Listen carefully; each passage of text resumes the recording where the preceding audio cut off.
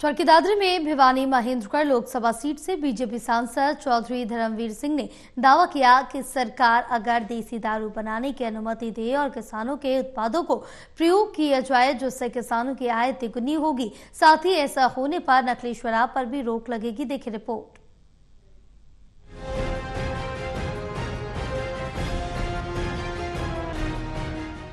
चरखी दादरी में भिवानी महेंद्रगढ़ लोकसभा सीट से बीजेपी सांसद चौधरी धर्मवीर सिंह ने दावा किया कि सरकार अगर देसी दारू बनाने की अनुमति दे और किसानों के उत्पादों को प्रयोग किया जाए जिससे किसानों की आय तिगुनी होगी।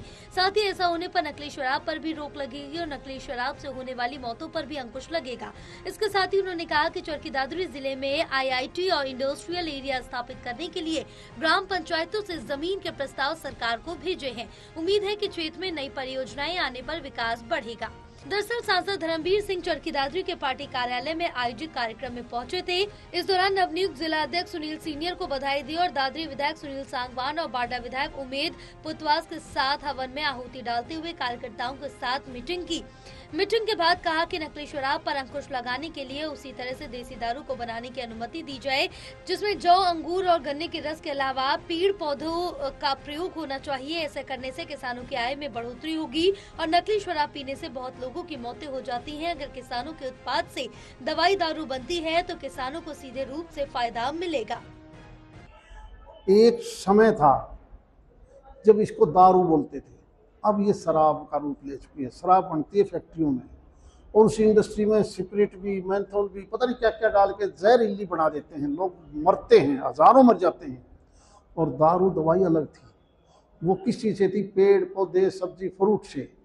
आज भी विदेशों के अंदर वही बनती है, इसीलिए वो महंगी है और इसीलिए वो अपनी महंगी चीज़ को यहाँ सप्लाई करते हैं। यही दारू गन्ने से, नींबू से, किन्नू से, टमाटर से, जौ से, गेहूं से, फसलों से, पेड़ पौधों से, किक्कर से, जाटी से और चीज़ जो झाड़ फूस है उनसे अगर बनाओगे तो वो एक दवाई का रूप है। किसान की आमदनी दुगनी नहीं तिगुनी दिखा दूंगा मैं जिस दिन हम इस लाइन पर आ जाएंगे। उदाहरण के तौर पर एक गन्ने को अगर 2 लाख रुपया मिलता है गन्ने को पर एकड़, जिस दिन ये चीज सिस्टम हो जाएगा तो 5 लाख रुपया किसान मालिक बन जाएगा। और मैं कहता हूँ इसको PPP मॉडल पकड़ना चाहिए, किसान की भी हिस्सेदारी करो इसमें। वहीं सांसद धर्मवीर सिंह ने आगे ये भी कहा कि दक्षिण हरियाणा विकास के मामले में विकसित हो, इसके लिए चरखी दादरी जिले में IIT और इंडस्ट्रियल एरिया बनाने के लिए हरियाणा सरकार को जमीन का प्रस्ताव भेजा है। प्रदेश सरकार के सहयोग से केंद्र सरकार द्वारा इस क्षेत्र में विकास के नए आयाम स्थापित किए जाएंगे। सांसद ने दावा किया कि 2047 तक केवल बीजेपी की केंद्र व हरियाणा में सरकार रहेगी। भिवानी महेंद्रगढ़ संसदीय क्षेत्र में बीजेपी का जनाधार बढ़ रहा है और आने वाले समय में ये संसदीय क्षेत्र सदस्यता के मामले में अग्रणी होगा। मुझे लगता है कि आने वाले समय में ये जो 3 डिस्ट्रिक्ट हैं, भिवानी महेंद्रगढ़ लोकसभा में, भिवानी, दादरी और महेंद्रगढ़, हौसले को देखते हुए मैं कहता हूँ ये नंबर 1 पर आएगा। जिस प्रकार से सबको शामिल करके और खासकर हर वर्ग का नौजवान साथी और बुजुर्गों से भी वो आशीर्वाद ले रहे हैं।